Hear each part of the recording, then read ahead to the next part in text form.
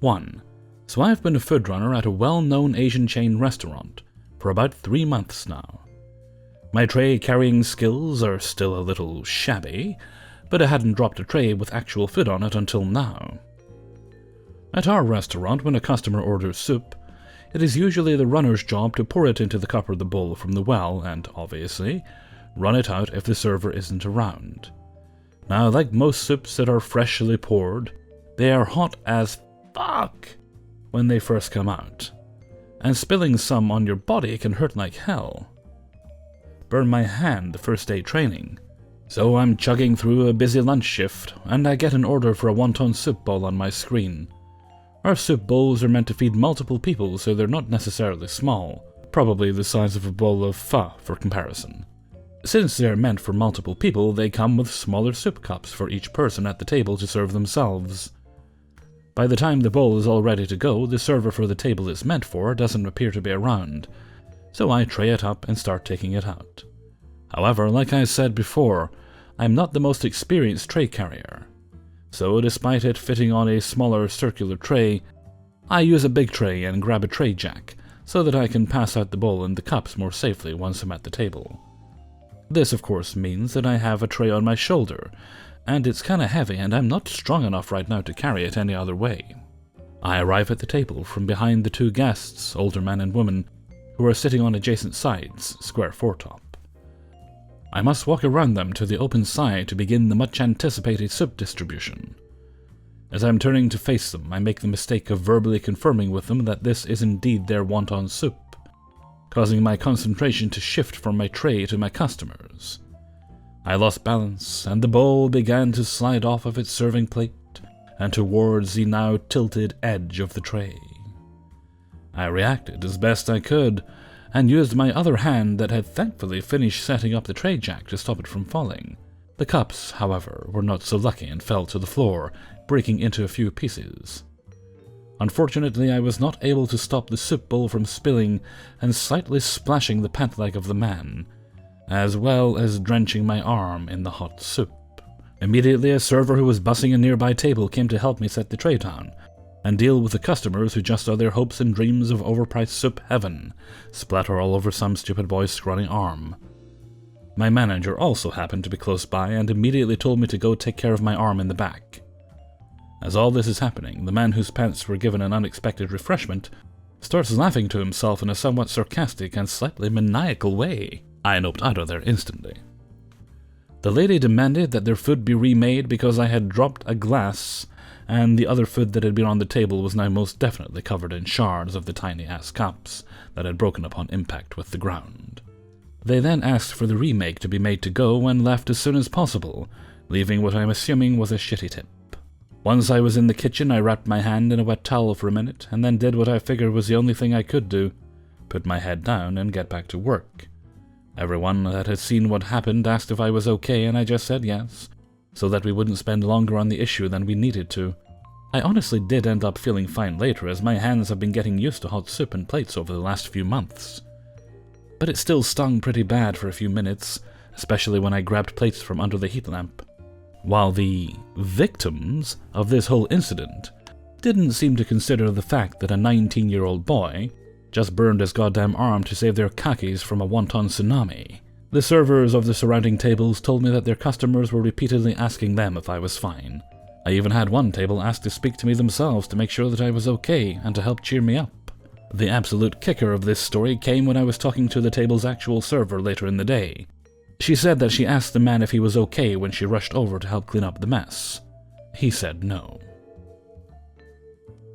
2.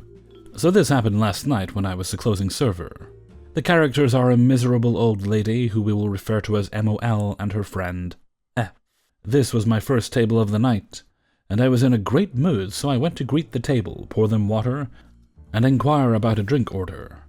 I want a Bellini. Do you know what that is? Yes, miss, Yeah? Then what's in it? Prosecco and peach puree, miss. Good, that's what I want. Unfortunately, I'm not sure my bartender has any peach puree at the moment, but I am more than happy to check for you. I'll have a Tanqueray martini with the vermouth on the side. Absolutely, olives are a twist for you, miss. A twist, please. Put olives in it too. I'll have her olives, and I want 3 orange slices. I'm happy to bring you some olives on the side, miss. No, put them in her drink and I'll take them. Sorry, miss, I don't want to put olives in your friend's drink if she doesn't want olives, as that may change the flavor of her martini slightly. But like I said, I'm happy to bring you a side. Her friend looks at me apologetically and thanks me, and I go to check if we have peach puree. Generally, we only use it for parties that have Bellini bars and mimosas, so I ask the bartender, who says no, and then the pastry chef, who says yes, but it's currently frozen. I'm not going to have the chef thaw out a tub of peach puree just for this lady's drink, so I go back to inform her we don't have any. Sorry, miss, we don't have any puree in-house right now. Was there something else you would like? Okay, I'll have peach schnapps instead. Absolutely. Would you like that by itself, or I can put it in Prosecco for you? With Prosecco, obviously. It's called a fake Bellini, but I want it in a rocks glass. Do you know what a rocks glass is? Her friend facepalms at this point and says, I'm sure he knows what a rocks glass is. I chuckle and say, of course, I'll be right back with your drinks. I bring the drinks over and MOL looks displeased. As I drop the drinks, I see I'm getting sat at another table. That looks small. I'm sorry you feel that way, but it is our standard pour, miss. MOL points at the glass. Usually it's up to here. This is small. Again, miss, our bartender does a standard pour, and I just saw him fill the Prosecco glass fully before transferring it to the rocks glass. I'm happy to grab my manager for you if you would like. MOL says it's fine and drops an orange slice in it to make sure the Prosecco is actually carbonated. Huh. At which point, she seems at least slightly satisfied. They are not ready to order, so I greet my other table and come back a couple minutes later. I'll have the chicken livers, but I don't want them overdone. I want them medium. Unfortunately, the chef has to cook them all the way through, but I will make a note for him not to overcook them. No, I want medium. Yes, miss, but we are required to cook them all the way. We used to serve them rare, but can no longer offer them undercooked. I'm very sorry. Her friend chimes in. It's the law. I beam a genuine smile at the friend, and tell MOL her friend is right, but like I said, I will tell the chef not to overcook them. They eat, and the MOL is happy with her well-done chicken livers, even says they are delicious, thank God.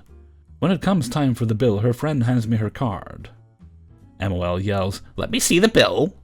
I respond with a smile. "Sorry, miss, your friend is taking care of it. Friend leaves me 20% and thanks me again.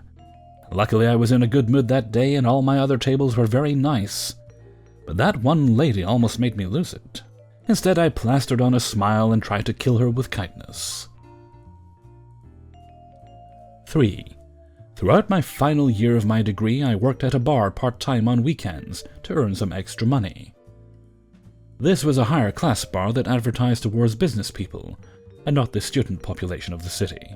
In this bar there were 2 separate bars, the main one downstairs with your standard on-tap beers, and ciders, basic mixer drinks, and some top-shelf alcohol, and the bar upstairs being the cocktail bar with basic mixers, cocktails, expensive champagne, and more top-shelf alcohol.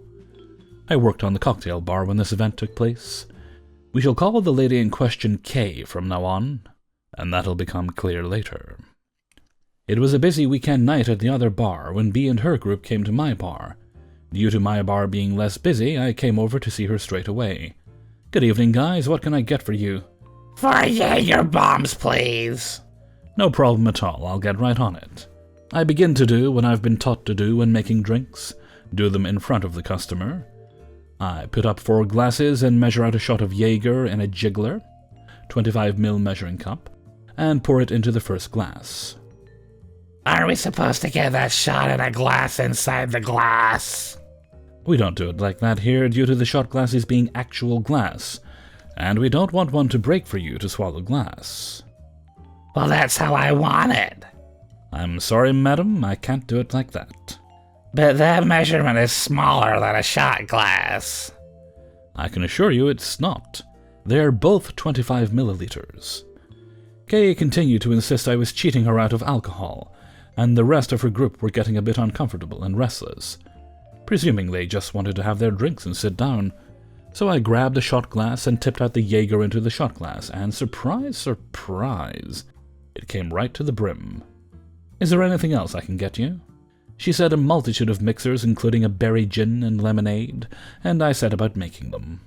I finished making them in front of her, and she pointed at one and said, "Is that the berry gin and lemonade?" To which I realized I'd given her the wrong gin. "My apologies, I've used the wrong gin. Let me quickly make you the one that you ordered." "Why can't I have that one?" "Instead of the berry gin." "No, I want this one for free and the berry gin." "I'm sorry, I can't allow that. It's not policy to do it that way." "Well, what are you going to do with it?" "I'm going to tip it away and write it on the wastage sheet, then make you the correct one." "Well, that's a waste. Won't you get in trouble with your boss?" "Not at all. She understands things like this happen." And then she said the golden line that earned her this name. "I want to speak to your manager." "Are you sure? She's only going to say the same thing as I did." "Yes, I'm sure." So I walked downstairs to the other bar, and remember when I said it was busy.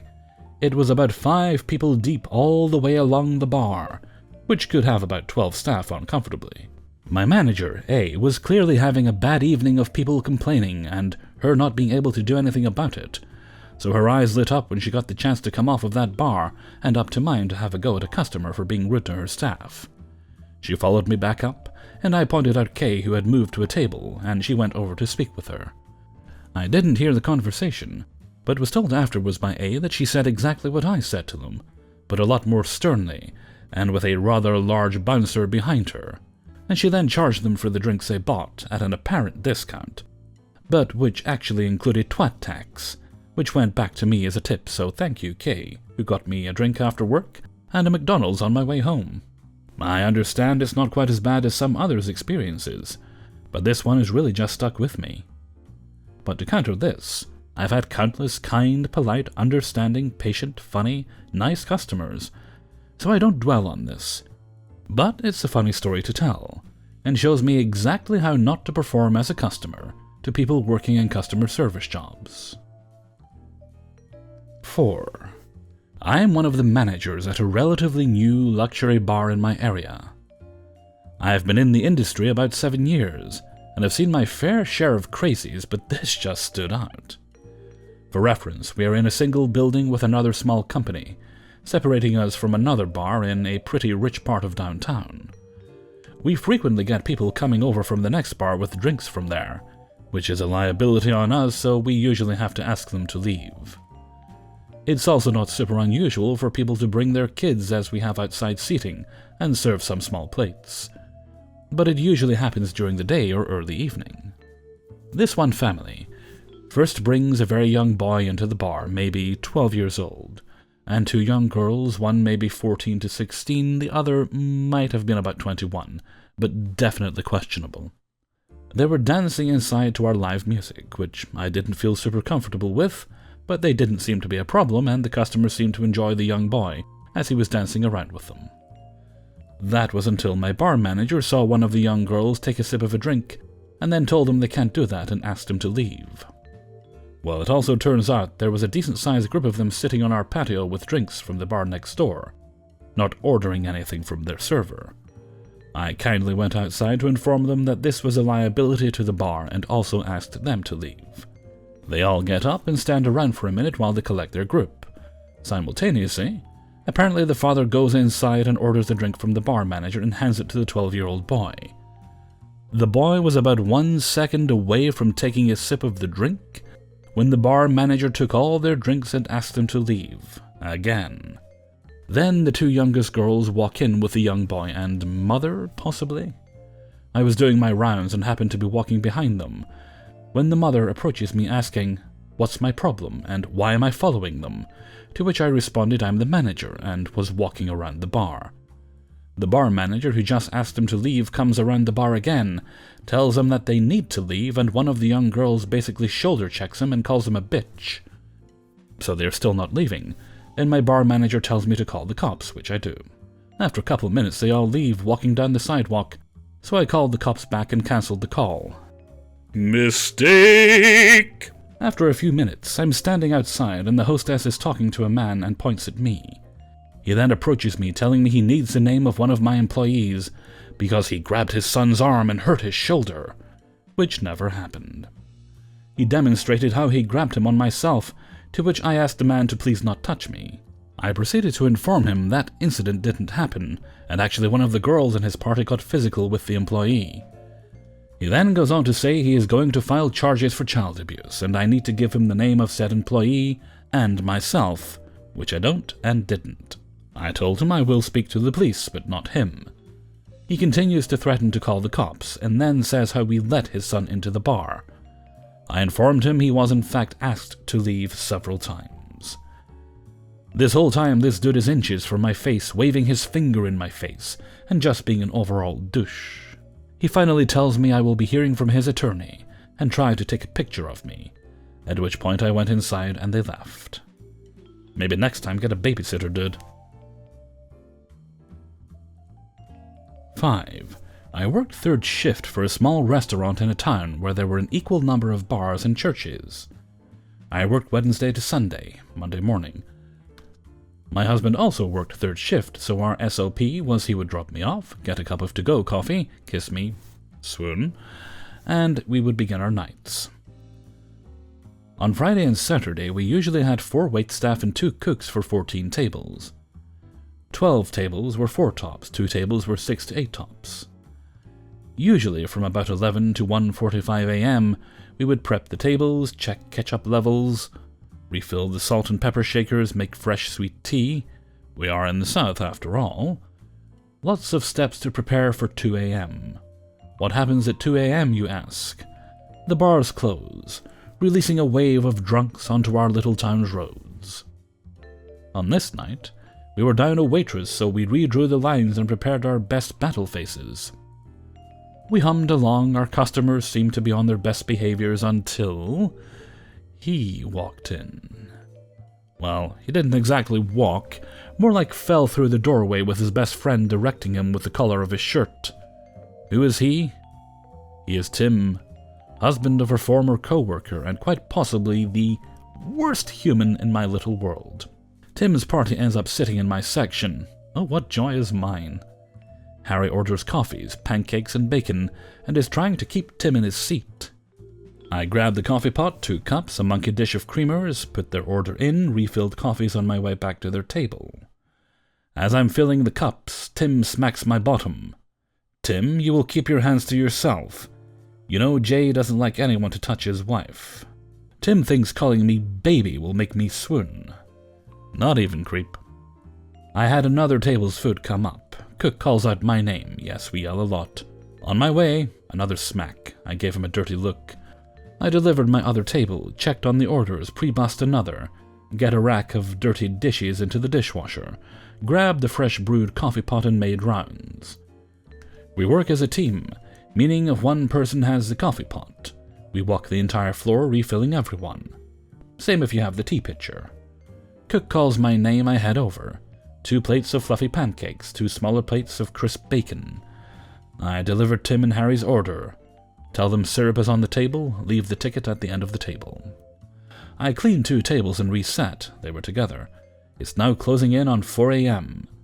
Most drunks have been put to bed and the roads are now clear.